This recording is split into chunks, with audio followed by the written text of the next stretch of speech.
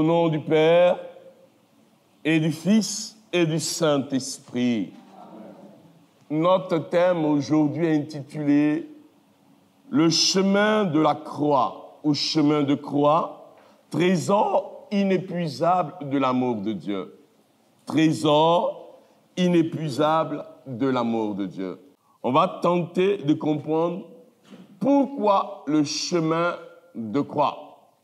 Il y a d'autres qui disent chemin de la croix. Pourquoi la Via Crucis? Comment naît le chemin de croix? Comment comprendre le chemin de croix? Et comment vivre aujourd'hui le chemin de croix dans la spiritualité franciscaine? Vous voyez, c'est pas compliqué, hein? Donc, il y a le pourquoi le chemin de croix, comment naît le chemin de croix, comment le comprendre en son temps, et comment le comprendre aujourd'hui, et comment le vivre aujourd'hui. Ça peut aller pour tout le monde? Ça peut aller pour tout le monde. Voilà. Bravissime. Donc, on va commencer. Pour comprendre le chemin de croix que nous avons aujourd'hui, là, les 14 stations, là, il faut remonter un peu où ça? Dans le temps, dans le passé. Parce que le chemin de croix, il est lié en même temps à la question de la fondation de l'ordre des frères mineurs. Je vais vous expliquer. Et surtout, à la ville de Jérusalem. Et donc, je vais tenter d'expliquer, terre à terre, de manière simple, le pourquoi de la naissance du chemin de croix. Je commence par le texte de Luc qui dit ceci.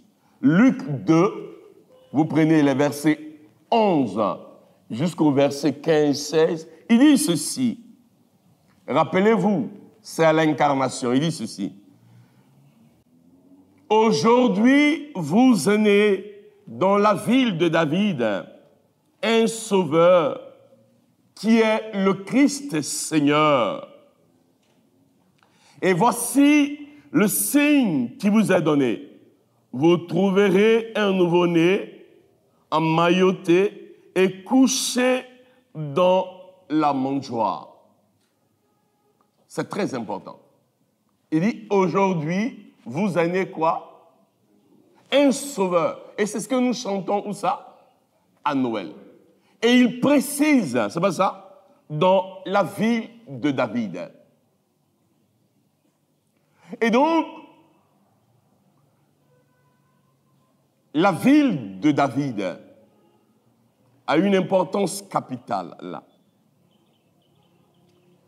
La naissance du Christ se situe aujourd'hui sur le territoire qu'on appelle la Terre Sainte. Dis à ton voisin, la Terre Sainte. Jérusalem. Avant, c'était le lieu de pèlerinage de qui? Des Juifs, ça vous dit quelque chose?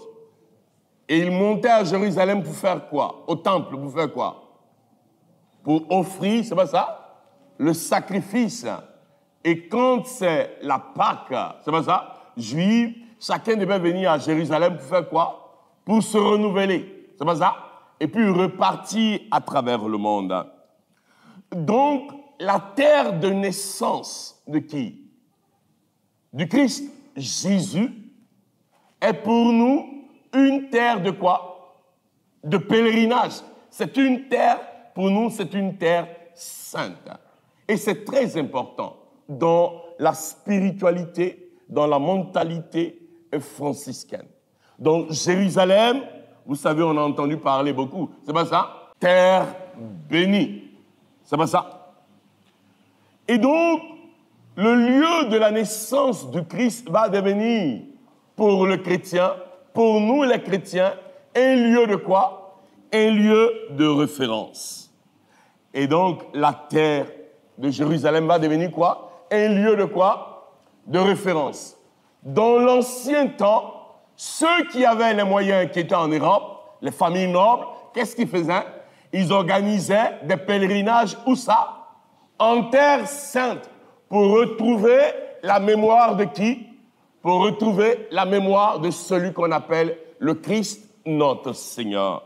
Donc, dans la tradition, et surtout avant, les gens dépensaient des sommes faramineuses. Et en plus, ce n'était pas une terre de sécurité où il y avait forcément quoi? La paix. Non, c'était une terre qui était convoitée, c'est pas ça? Une terre qui était en prise par les bandits. Donc, quand tu fais le pèlerinage, tu ne vas pas les mains, comment? Vides, c'est pas ça? Et donc, sur la route, les gens, les bandits pouvaient, comment? T'attaquer, c'est pas ça? Pour prendre ce que tu as fait, quoi? Ce que tu veux offrir au Seigneur. Et donc, la terre de Jérusalem, après la naissance du Christ, va devenir, pour le monde musulman, pour le monde chrétien, pour le monde païen, un lieu lucratif, un lieu d'argent, un lieu de richesse, en même temps, lieu spirituel, lieu de quoi? Lieu de la foi. Donc, les premiers disciples, déjà, après Jésus, vont tenter de conserver, c'est pas ça, les lieux, marquer les lieux où Jésus est passé. Et un des lieux où Jésus est passé, rappelez-vous, qui va marquer et choquer les gens, c'est la Via Crucis, c'est-à-dire le chemin de la souffrance. Donc, rappelez-vous, le vendredi saint, on dit qu'il prend la route vers où ça? Jérusalem. Et donc, la voie, la route, ou bien, vous voyez, les lieux précis où le Christ est passé, c'est pas ça? Les chrétiens vont tenter de le conserver. Ils vont le conserver non pas pour oublier la mort et la résurrection de Jésus, mais pour vivre de l'intérieur, c'est pas ça? Le passage c'est-à-dire le passage évangélique qui traduit le passage, c'est-à-dire la souffrance du Christ. Et c'est très important pour nous les chrétiens.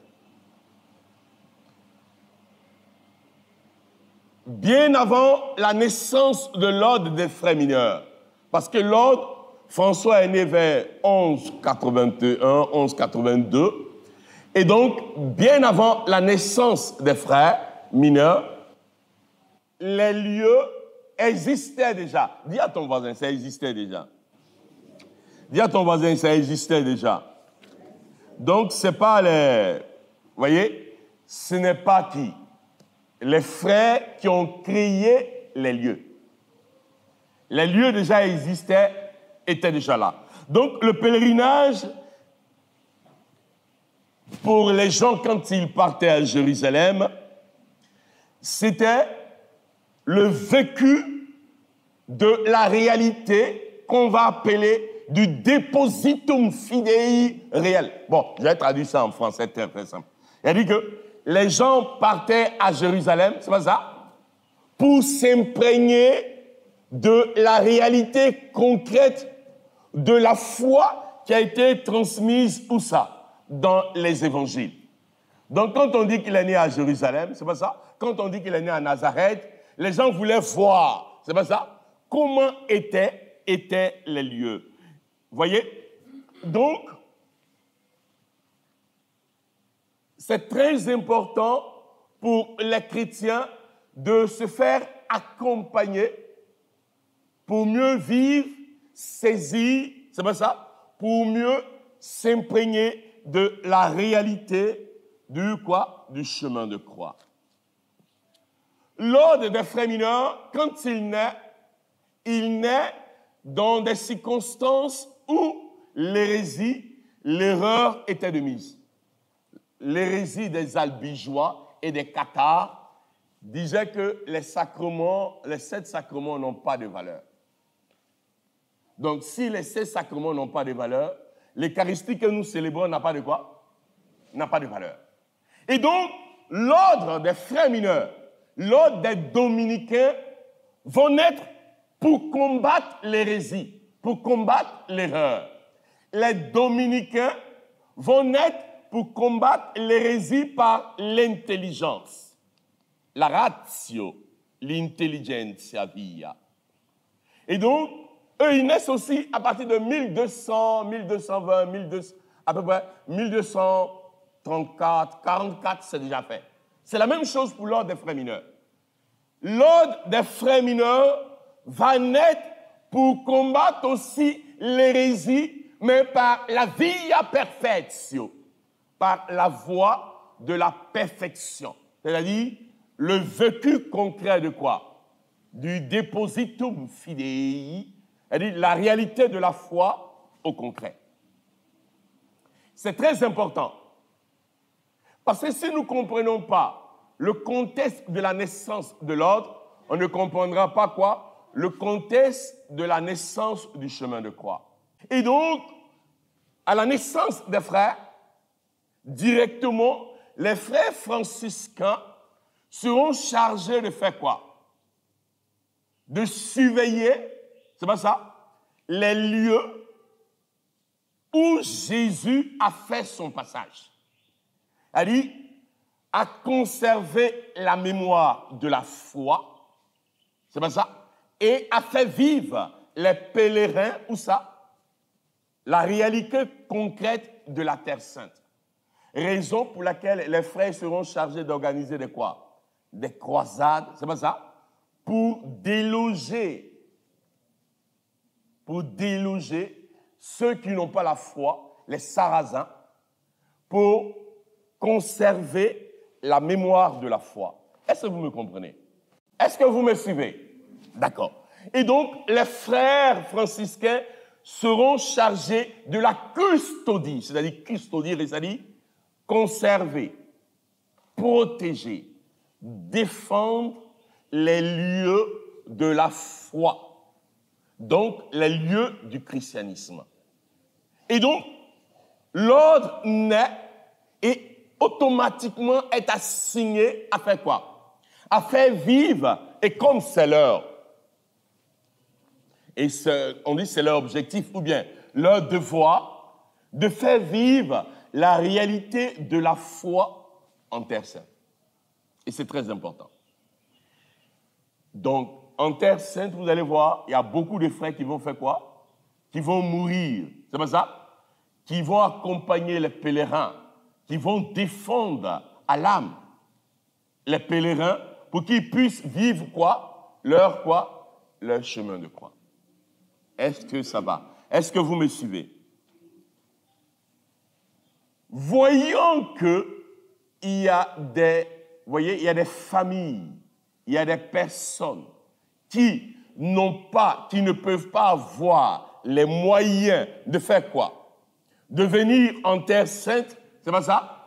Les frères franciscains, ils vont envoyer la Terre Sainte chez toi. Dis à ton voisin, ils vont envoyer la Terre Sainte chez toi. Ils vont envoyer les lieux, c'est pas ça? Ils vont envoyer l'événement de la foi chez toi. Il y a un auteur qu'on va appeler un frère franciscain de la tradition radicale qu'on appelle Léonard de Port-Maurice. Dis à ton voisin, Léonard. Le frère Léonard de Port-Maurice. Lui, il est né à partir de 1676, c'est-à-dire 1676, 1678. Lui, voyant la difficulté, c'est pas ça, des gens, et surtout voyant le manque de moyens des personnes, c'est pas ça, pour vivre, pour faire leur pèlerinage, il va introduire en Europe la via crucis, c'est-à-dire que au lieu de se déplacer pour aller où ça, dites-moi, à Jérusalem pour faire le chemin de croix, c'est pas ça, c'est-à-dire qu'il va organiser la méditation de la vie de Jésus, c'est-à-dire sa condamnation et son trépas, en 14 stations qui va être confirmée par le pape et qui va rester jusqu'à aujourd'hui dans quoi? Dans la tradition de la foi. Et donc, la Via Crucis, la première des choses, c'est de transposer pour toi de manière directe et simple les lieux saints où notre Seigneur Jésus-Christ est quoi? Est passé. Et donc, la Via Crucis pour toi, c'est de vivre de manière bec. C'est que Jésus a vécu où ça? Dans sa chair, c'est pas ça? Dans son vivant, pour que tu ressentes, c'est-à-dire la puissance et la force de l'amour qu'il a dégagé pour toi, parce qu'il meurt pour toi et il vit pour toi. Et donc, le frère Léonard de Port-Maurice, connaissant l'importance, c'est pas ça, de la voie du calvaire, va introduire cette célébration-là de la vie et de la mort du Christ, qu'on va appeler quoi? La Via Crucis. Rappelez-vous pour Noël, vous savez qui a introduit? C'est Saint François. C'est pas ça? Les crèches là. C'est qui? Saint François. Donc le rôle des frères mineurs, le rôle des frères franciscains, c'est la vie de perfection dans, c'est-à-dire la réalité concrète du vécu de tous les jours. Vivre l'évangile, c'est pas ça? Au quotidien, terre à terre, de sorte que la perfection puisse être à portée de main de tous et de chacun. Est-ce que ça va? Vous me suivez?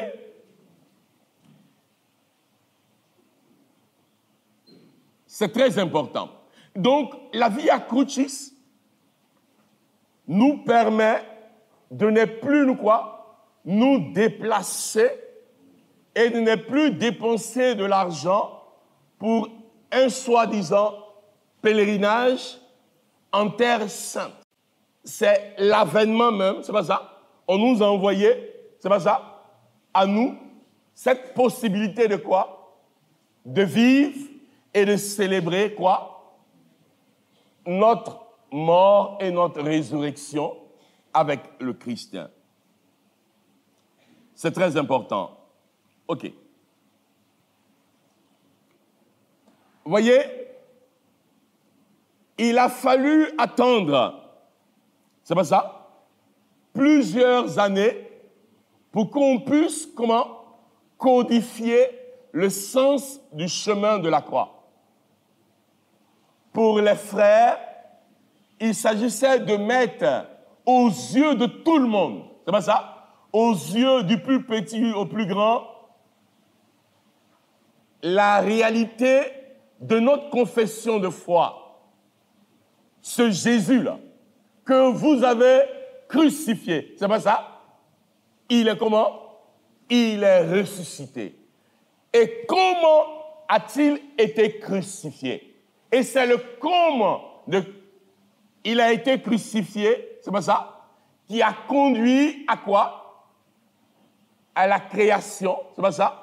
À la conservation des lieux saints pour montrer que Jésus, là, c'est vrai. Il est né, c'est pas ça? Il a souffert pour nous et il vit éternellement pour nous. C'est très important. Ça peut aller? Est-ce que vous me suivez? Si vous me suivez, on va continuer alors. Alors, vous allez me poser la question. Le fait de transporter, c'est pas ça, Jérusalem. Parce que regardez, prenez la première station. On dit Jésus est comment? Est condamné. C'est pas ça? Deuxième station, qu'est-ce qu'il fait? Il porte sa croix. C'est pas ça? Troisième station, qu'est-ce qu'il fait? Il tombe. Quatrième station, il rencontre sa mère. C'est pas ça? Cinquième station, Simon de Cyrène. C'est pas ça? Et quand on présente les faits, on présente en même temps les lieux et en même temps l'évangile qui accompagne les textes. Et donc, dans la spiritualité franciscaine, le chemin de croix résume les 4 évangiles de la crucifixion de qui? De Jésus, vrai Dieu et vrai homme. Et donc, le chemin de croix, ce n'est pas, c'est pas un jouet. Il faut dire à ton voisin, c'est pas pour jouer. Il faut dire à ton voisin. C'est pas pour faire semblant. Il faut dire à ton voisin, c'est pas pour faire semblant. C'est pour mettre en réalité au milieu, au centre de notre foi, c'est pas ça? La réalité de Jésus mort et ressuscité. On ne peut parler de résurrection sans quoi? La mort. Alors, que nous enseigne alors le chemin de croix? Le chemin de croix, dis à ton voisin, c'est un bienfait pour ta foi. Dis à ton voisin, c'est un bienfait. Il faut dire à ton voisin, c'est un bienfait pour ta foi. Elle nous montre et nous situe la profondeur de l'abaissement de Dieu, de la kénose divine. Donc, en premier, le chemin de quoi comme bienfait, c'est pour te montrer quoi? L'abaissement de qui? L'abaissement, la kénose de Dieu pour les hommes. Pour que tu comprennes que celui que tu adores, celui que tu vénères là, c'est pas ça? Il a fait l'expérience de la souffrance et de la mort pour toi. Et donc, rien de ta souffrance ne peut lui échapper. Dis à ton voisin, rien de ta souffrance ne peut lui échapper. Et donc, si rien de ta souffrance ne peut lui échapper, le deuxième point que nous enseigne le chemin de croix nous témoigne de la compassion de Dieu et nous dit que jamais la mort ni le mal ne sera vainqueur de la vie. Et ça, c'est le deuxième point très important dans la spiritualité franciscaine pour dire ta souffrance là, c'est pas ça? Il y a sa récompense. Dis à ton voisin. Il y a sa récompense. Dis à ton voisin. Tu souffres sur la terre. Tu souffres. Mais sache que ton Sauveur a déjà vaincu quoi? La mort et la souffrance. Et donc ta souffrance, elle n'est pas gratuite. La souffrance a une portée purificatrice. Bon, aujourd'hui, quand tu parles de souffrance purificatrice, c'est pas ça? On va te dire que tu es un peu maso, c'est pas ça? Tu es tonton, tu aimes la douleur. Non, c'est pas que nous aimons quoi? La douleur. Mais c'est pour te dire que jamais la mort, le mal n'est vainqueur de quoi? De la vie. Le troisième point, le chemin de croix nous conduit à l'espérance et à la persévérance dans notre pèlerinage sur la terre. Devant la souffrance, le chemin de croix te fait comprendre que jamais tu ne dois abandonner. Jamais. Raison pour laquelle, dans le chemin de croix, vous voyez, la troisième et la septième station, Jésus, il tombe, c'est pas ça? Une première fois, et ensuite, une deuxième fois, et la troisième fois, c'est à quelle station? À la 9e station, 3 fois, pour se relever, pour mourir, où ça? Sur la croix. Ne jamais abandonner. Persévérer. La récompense est au bout. Le 4e point très important que nous enseigne dans la spiritualité franciscaine, le chemin de croix, c'est pour te dire la vie, la maladie, le dénouement, la misère ne peuvent prendre le dessus de ta dignité humaine. Vous voyez, il y a des gens, quand ils n'ont rien, ils disent quoi? Ils sont plus considérés comme qui? Ils sont plus considérés comme qui? Comme des hommes. C'est pas vrai. Si Dieu lui-même a fait l'expérience de la souffrance, il est resté Dieu. Si toi tu fais l'expérience de la souffrance, tu restes homme. Et jamais ta dignité d'homme ne dépend de la quantité de l'argent de ta poche. Et c'est très important. OK. Bref, disons ceci. Qui croit et persévère sort et reste toujours vainqueur dans le combat spirituel. Pour les frères mineurs, dans la spiritualité franciscaine, après le chapelet, les allégresses, le chemin de croix est une âme fatale de combat. Dis à ton voisin, une âme fatale de combat. Dis à ton voisin, une âme fatale de combat. Dis à ton voisin. Mais je ne vous entends pas. Vous m'entendez? Mais moi, je ne vous entends pas. Et qu'est-ce que vous avez dit? Une âme fatale de combat. Il est célébré uniquement que quoi? Les vendredis. Et donc, le frère franciscain, pour lui, quand tu lui confies des intentions, il va vous dire, il ne se cache pas, il fait son chemin de croix, il met ça dans son chemin de croix. Parce qu'il est sûr que en mettant cette souffrance-là, en mettant ton intention dans le chemin de croix qui commence par la condamnation, elle finit toujours par où? Par la résurrection. Dis à ton voisin, elle finit où ça? Par la résurrection. Et c'est très important. Le chemin de croix nous apprend que même Dieu, qui n'a besoin de rien, mais passe par la croix pour obtenir la gloire. Donc tu ne peux être vainqueur, tu ne peux être glorieux avec le Christ sans passer par quoi? Sans passer par la souffrance. Dis à ton voisin, la souffrance n'est pas une malédiction. Dis à ton voisin. Oh oui, parce que souvent on vous a enseigné pour dire que non, si tu souffres, ça veut dire que tu es un maudit.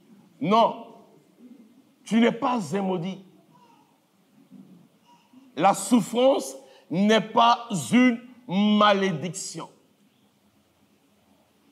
Pour le chemin de la croix, le signe de la souffrance du Christ, pour nous, c'est une bénédiction. Et vivre le chemin de croix, c'est vivre avec Dieu le pas à pas de la confession de la foi en disant vraiment celui-là est le Fils de Dieu. Vous voyez, le centurion au pied de la croix, qu'est-ce qu'il a poussé à dire que vraiment celui-ci est le Fils de Dieu? Quand il a vu le cheminement douloureux que cet homme-là a subi sans dire un mot, et que sur la croix, il a dit, Père, pardonne-leur, car ils ne savent pas. Et je remets mon esprit en tes mains. Ça poussait le centurion à la croix en disant, vraiment, celui-ci est quoi? Le Fils de Dieu.